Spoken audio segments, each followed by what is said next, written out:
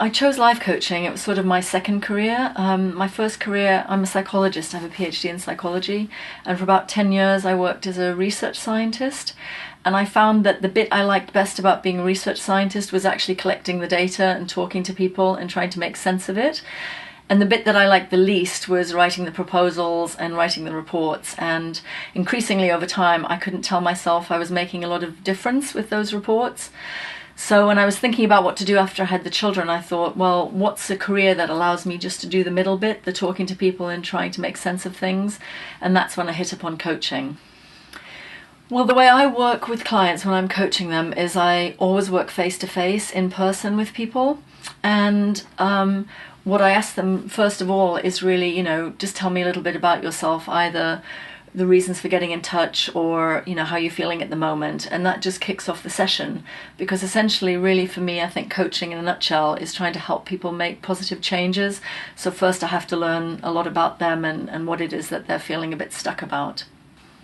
I think clients come to me for a wide range of issues, and they need help on all kinds of things. Some people come with quite specific issues where they sort of say, look, I'm really fed up with this job and I really need to prepare for a career change, but I can't really think what it is that I want to do. Can you help me with that?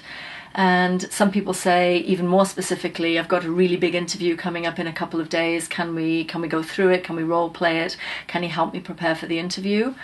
But other people come with really quite diffuse sense, sort of more of a diffuse sense of, I just don't feel very happy, and surely there's more to life than this, and I'd really like to feel happier and more fulfilled, but I've sort of lost direction and I don't really know how to do that. For me, the main differences between coaching and therapy really lie in the direction. For me, coaching is a sort of a developmental science that's all about preparing people for the present and the future, whereas therapy is more of a healing science that helps people look back and make sense of things that still trouble them in the present. Some of my clients, we do find ourselves talking often about what happened to them in their childhood or at any point actually in their past, because sometimes it's just very helpful to talk about something that was either very troublesome or a big milestone for somebody that did occur obviously in the past, but that's somehow affecting them in the present and they're worried about the way it might affect them in the future.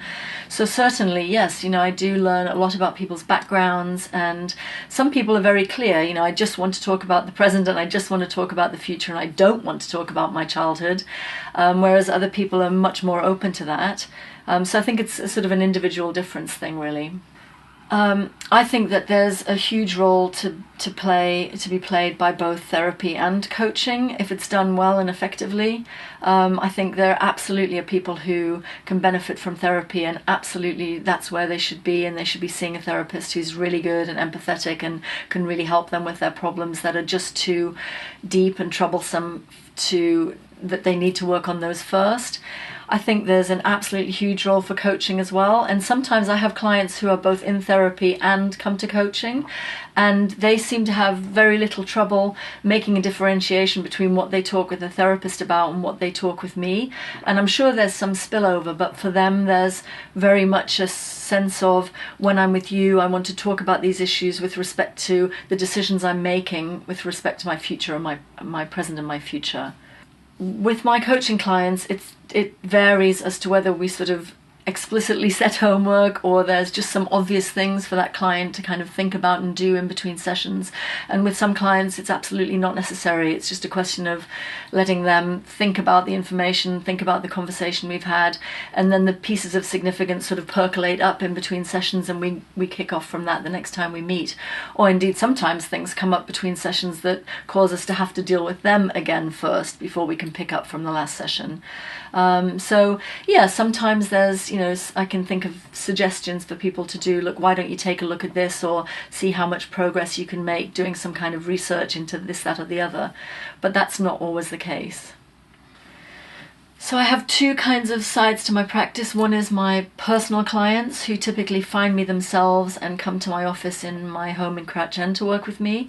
And the other main set of clients are what I call corporate or executive clients, where the company, usually somebody in the company, either the HR director or some other decision maker, has found me or heard of me and asks me to come to the company and work with one or more people in that organization. So obviously the big distinction is sort of who's paying, who the client is, because in the corporate sense, it's the organization is the client, and the coachee is the person that I'm working with. But I have to say that in each and every case, once I've got a client engagement with a particular coachee, whether it's a private client or a corporate client, for me the rules are sort of the same in that I assure confidentiality, and I work with that person as a whole person, whatever issues they bring to the session. And sometimes in a corporate setting it's much more work related, but not always, because if somebody's got some big crisis or something very important going on outside of a work situation, then obviously that's going to affect them at work, and it's really helpful for them to have someone that they can talk that through with. And similarly with private clients, a lot of them are anyway senior executives, and have professional positions, and they want to talk about work as well as personal issues. I think there are two main types of clients in a corporate setting. One is the sort of remedial coaching, where say an HR director might ask me to work with somebody to help them fix a couple of problematic things that keep showing up time and time again, say in job appraisal meetings. And the other main strand are, hugely talented people that they just want to help them be as fantastic as they can be. So in either case, I think the company stands to gain a lot. With the sort of more remedial coaching, if you like, they're trying to turn around an employee who they invested in, who they trusted, who they thought was the right person for the job, and they hope with a bit of coaching and a few fixes that person can get back on track and be a valuable employee. And of course with the hugely talented people, anything that they can gain in terms of more sophisticated leadership skills, thinking skills, confidence, strategic thinking skills, obviously in the end the organization is going to benefit from that. Typically I work with all my clients on a one-to-one basis. I do some group coaching, group work, but less so than one-to-one individual work. And in some cases I do work with couples in relationships, although I always say to my clients that I'm not trained as a relationship counselor, but sometimes people say to me, look, I'd really like to bring my partner or my husband or wife to a session so that we can try and make some progress together on these issues. So sometimes I work with couples as well. It really varies how many sessions people have with me. Some people come for one session and say, look, I really need to get set up for this interview, or I just really want to talk through a few things that are on my mind. And then they might say, look, thanks a lot, I'm going to go away and think about this, or that's fine for now. Similarly, I suppose on the other end of the continuum, I have some clients who've been coming for years. I would say pretty typically it's somewhere between 4 and 8 sessions, and certainly in a corporate setting, I usually recommend to the organization that they invest in a sort of a block of 6 sessions for one of their employees. I think the main benefits, as far as I think about it, from coaching are actually increased confidence. Again, a lot of people feel there's a degree to which all of us are insecure, and if we can talk through some of our troubles out loud with somebody with a view to fixing them and getting them better and getting back on track, then I think people feel happier, they feel more confident, they feel more optimistic, they regain a sense of, I can't wait to get out there and do that, right, okay, this is clear to me now, I understand what the priorities are. So yeah, I would say clarity, confidence, reassurance, perspective, and I guess optimism. Quite often I get client inquiries from, say, a partner, a husband, a wife, a girlfriend, a boyfriend, who feel that either as a gift or as a way to be supportive, they would like to offer sessions with me for that person, or they say to me, I really think my husband or wife or somebody could really use some help. What I typically say to people in that situation is, this will only work for that person if they themselves really want to come. So I usually suggest that they have the person that they're thinking of look at my website and see for themselves whether they think that coming to me might be helpful. And then I suggest that they ask that person to contact me rather than do it through them, because it's really important that the person who comes, either in a corporate setting really or particularly a private client, really wants to be there, because it's quite tricky. You don't know where a session's going to take you. Coaching is still, for the most part, an unregulated field. There are all kinds of organizations that are trying really hard and doing some really good things in terms of setting standards for coaching and training coaches.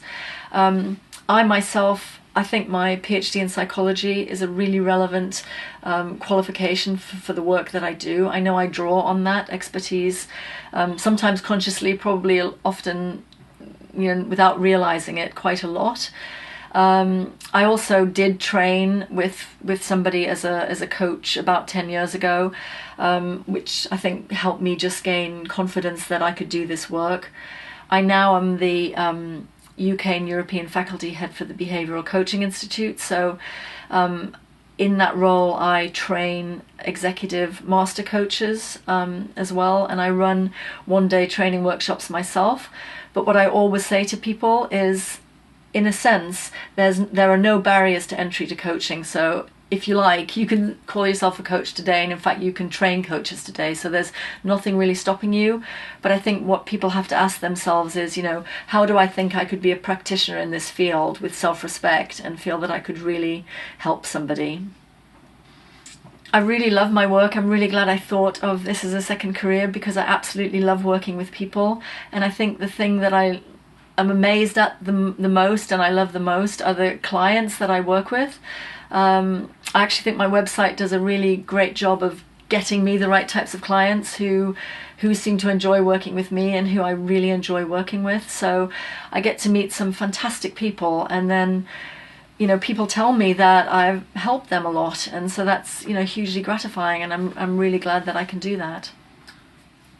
Clients typically find me via my website and contact me, whether it's a corporate client on behalf of some members of staff or whether it's a private client, and then they typically give me a ring, and then we talk through broadly the kinds of issues that they're looking to get some help with. And then from that point on, really, it's only a matter of just getting a date in the calendar for the first appointment. Sometimes people prefer to book a block of sessions and the days and times that suit them, but all I really ask is, look, let's get the first appointment in the calendar and then we can take it from there. So really it's just a question of getting in touch and having that first sort of contact, whether or not we feel that the rapport is there, that we could work together. So on my private client sessions, I conduct in my office in my home in Crouch End, and there it's an office where it's just myself and the client, and it's very quiet and it's very safe and it's all very confidential, and I think it provides a really quiet space for people to work through the issues that are on their mind and start thinking about the changes that they can and want to make. In corporate settings, obviously, I go wherever that client is, whether it's a bank in the city or any other situation, and typically work with somebody either in their office or in a conference room in the building. But the main thing is that that person who I'm working with really has to feel safe and not feel that they're going to be interrupted, or that there's someone going to be walking past a window watching the session or looking to see what we're doing. So the main thing is that it's a pleasant, safe, calm environment, really.